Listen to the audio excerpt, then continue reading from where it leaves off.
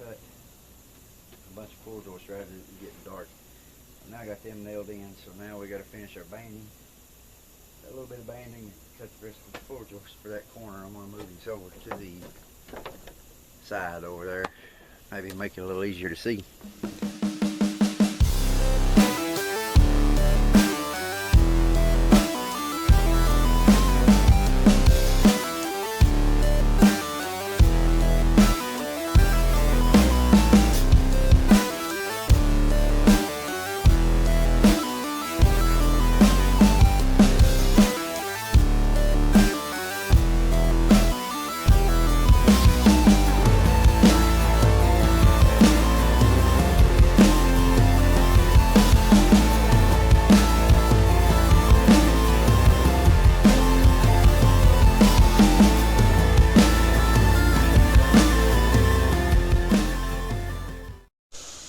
Alright, we have all of our floor joists done. All the blocking is in. Now, time to make sure everything's all squared up, level, and all that pretty stuff. I'll be hitting and thumping around on the floor, so I'm actually going to have to set the camera over on top of that lumber stack so you'll be able to see everything that's going on, because we'll be bouncing all over the place, you know, all around this thing, trying to make sure everything's all leveled, squared. And the center beam, I can tell I'm going to have to raise it up and shim on top of the piers just a little bit. It's got just a little dip in it, but we're going to cheat. We're not going to use ice. We're going to use it transit. A whole lot easier to make sure it's right. So sit back and enjoy the ride.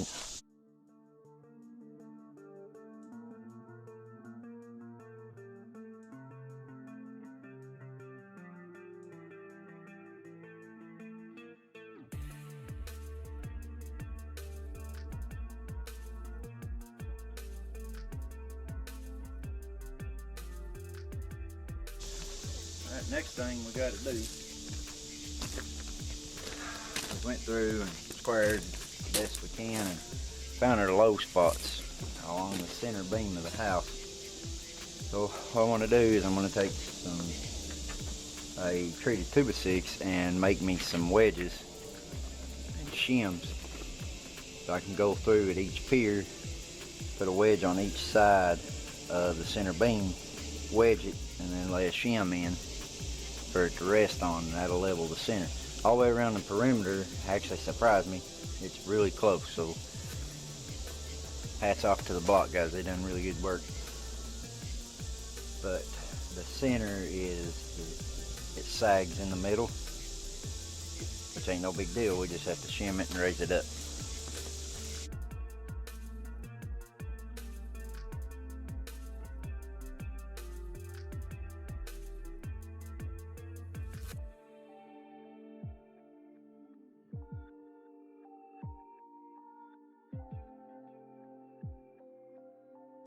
Down in here is our pier, and we're going to try to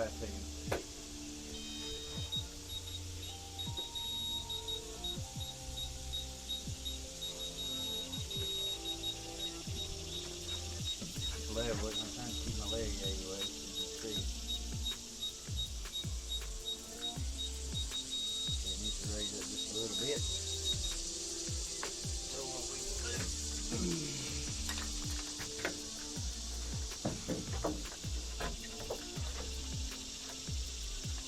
wedges, one from each side.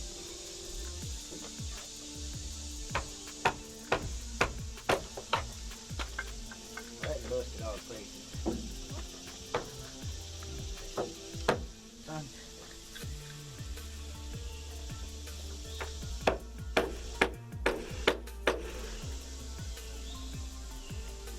Watch your feet.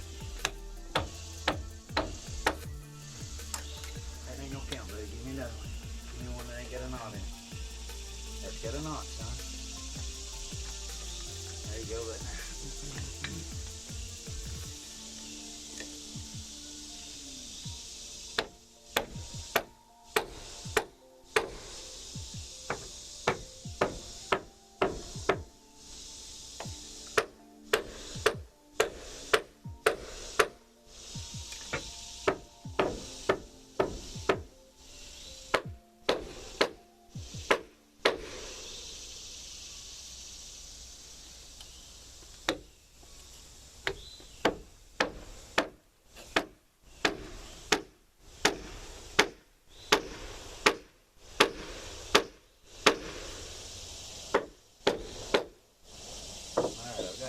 Actually went ahead and went with 4 on top of this pier.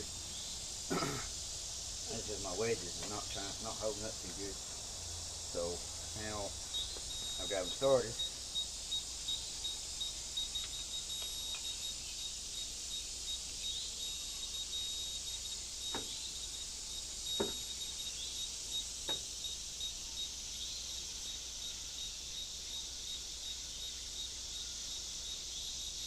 Saying that they need it to come up a little.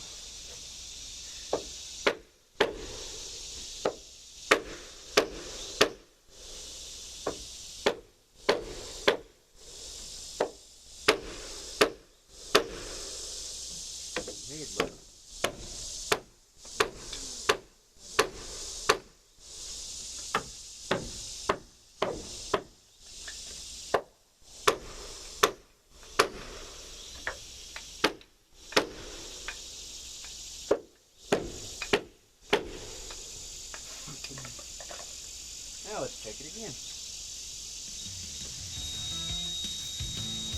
Music to my ears.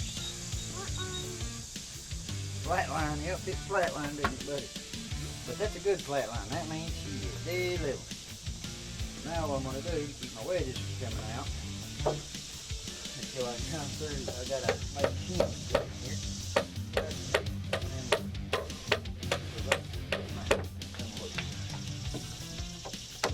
Probably would have worked better if I got smaller nails. It'll be all right.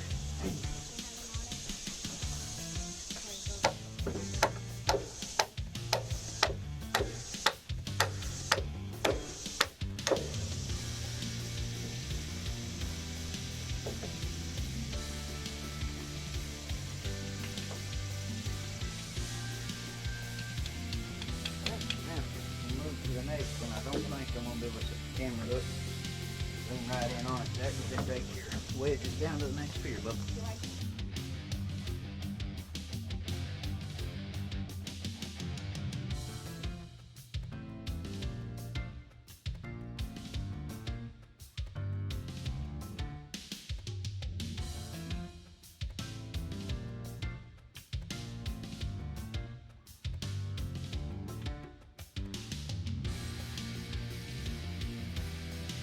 Okay, so all of our floor joists are in. All of our blocking is in. We have crisscross measured to make sure she is square. Now, once we start putting down our subfloor, I am going to pull this banding on the east side of the house, bows out, but now the center beam is right. I checked it with string. Center beam's in the right place, but the banding bows just a little. That's all right. We take care of that. We'll pull it in when we start nailing our subfloor. And we got one piece of subfloor here just to help hold everything square when we squared this corner the other day. But that's what our subfloor is going to look like all the way across.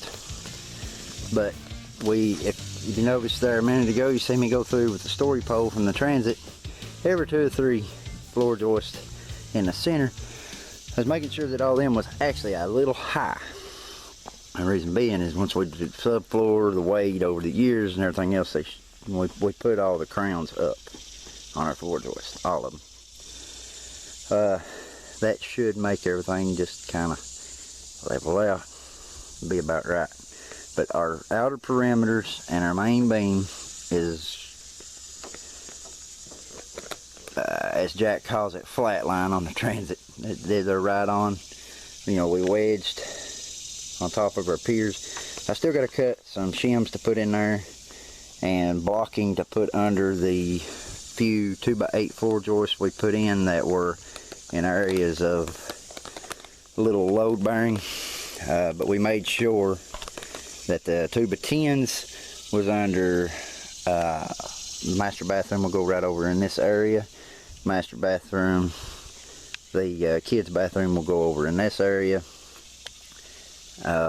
Actually there'll be office. Well, hold on a minute, let me walk over. And I know you all on YouTube are going to get a kick out of it when one of these days I'm dancing across these and I fall. I've already about fell once today.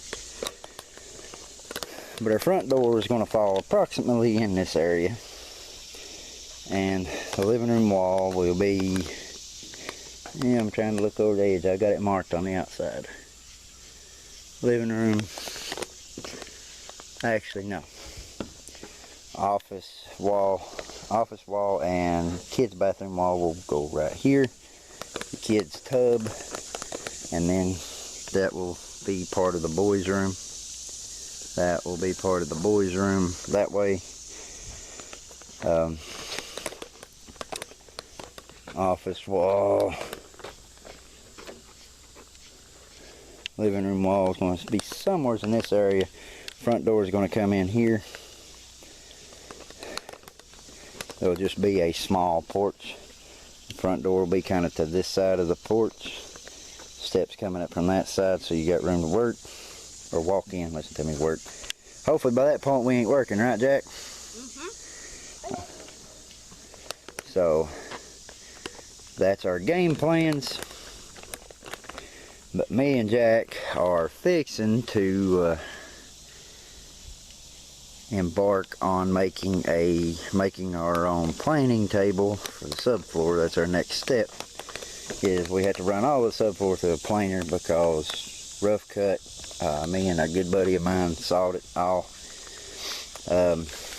and it's all oak that come from every bit of the subfloor and come from right here. Any trees, I know we've talked about it before, any trees that were part of the clear out for our homestead or home place, whatever you want to call it. Any trees that was big enough to get logs or any kind of lumber whatsoever out of, instead of letting it go to waste or just shoving it in the burn pile, we hauled it and sawed it into usable lumber. Had we not done that, we would not be building a house right now, because I'm here to tell you the price of building materials is absolutely ridiculous. They are not worth what the stores are asking, and people keep on and on buying it, and it makes absolutely no sense whatsoever. If people would quit buying it, the prices would come down. But anyway, I know, I guess that's bad coming from a guy who mechanics for a logging company, but the truth is the truth. The logging companies ain't making the increase. It's coming from somewhere else.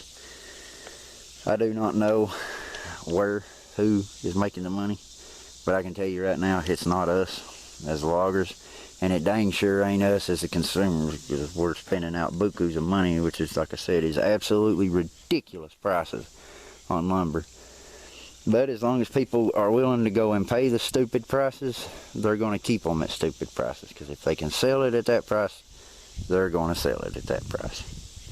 It's just the price of doing business, we'll call it. I call it screwing over the American people, but whatever. They take advantage of a terrible situation with the pandemic and jump these prices up for no reason.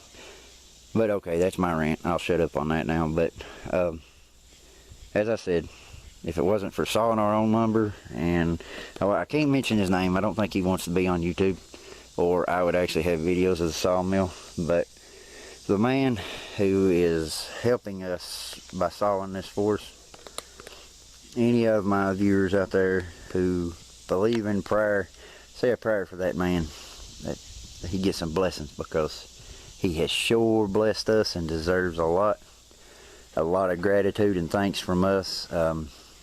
He's been a family friend since I was a kid, and he's done a lot to help various other members of my family, and he don't always get the recognition he deserves, and I know that.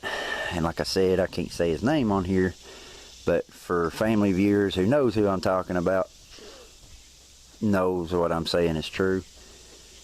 So like I said, if you believe in prayer, say a prayer that the old man above will bless that feller, because he definitely deserves it.